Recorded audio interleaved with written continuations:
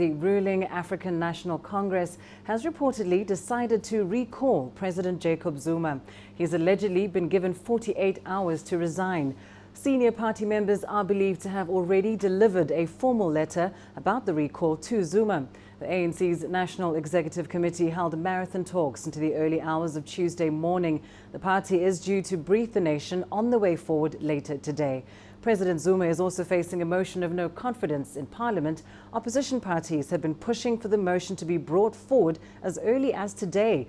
Zuma has been president of South Africa since 2009. As head of state, he's not obliged to step down, even if he is recalled by the ANC. Well, let's get to the very latest on this situation now. I'm joined live from Johannesburg by CGTN's Angelo Coppola. Angelo, of course, marathon talks going into the early hours of Tuesday morning. What more can you tell us about that? Well, Lindy, as is custom and tradition within the ANC meetings, every member of that ANC had an opportunity to state their position. The group then had to reach consensus on the way they were going to approach this. It does appear that there were some Zuma supporters fighting in his corner based on the length of that meeting. Once that agreement had been reached, we're told the meeting then paused, and Ramaphosa and the Secretary General Ace Magashula then visited Zuma at his Pretoria residence to deliver that decision. We don't have confirmation of the actual conversation between the parties there, other than the decision to recall Zuma, and we are led to believe that Zuma then rejected that decision. Of course, we should have more clarity on what transpired shortly. The ANC will be briefing the media about that meeting in about 2 hours' time, and hopefully we'll have some understanding also about the conversation that happened between the ANC and Mr. Zuma. So a long night, and we've probably got a very long 48 hours ahead of us, Lindy. Well, absolutely. Tell us about this now. Zuma reportedly has, as you mentioned, 48 hours to respond to the recall. What happens next, or what's likely to happen over the next 2 days? Well, we're guessing that the clock started ticking as soon as that letter was handed over by the two senior ANC members this morning. So the clock's ticking. It's been ticking for about an hour and a half now. That 40 hours he has in which to react. What's interesting, though, is that he's been given 48 hours in the first place.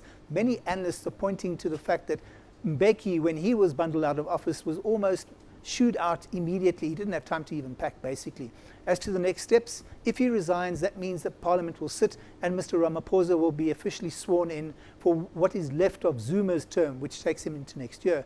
That's a fairly straightforward process.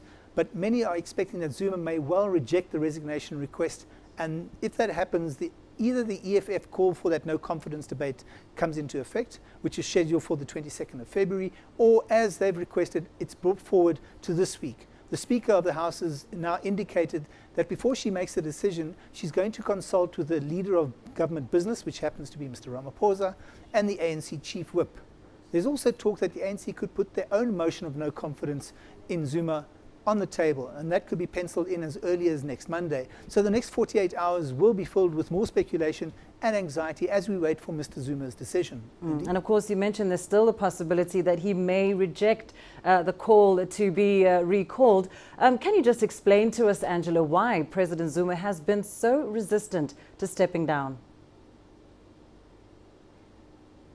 Lindy, I'd love to be able to explain it, but there's lots of speculation here about his defiance and the fact that he's been so vehement about it. And that's basically because the ANC isn't sharing insights into what actually is going on in terms of the terms and conditions around his resignation and the demands that he's put on the table.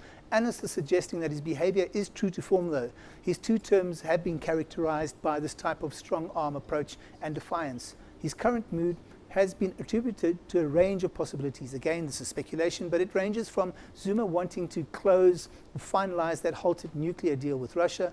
Other analysts are suggesting that Zuma is trying to protect his acolytes, some of whom have been tainted in various investigations and public protector reports.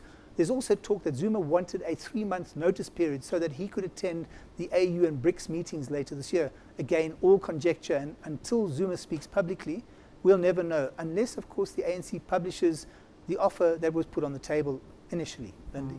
And of course, hoping for more clarity as that ANC press conference set to take place in a few hours. Angelo, thanks for keeping us up to speed.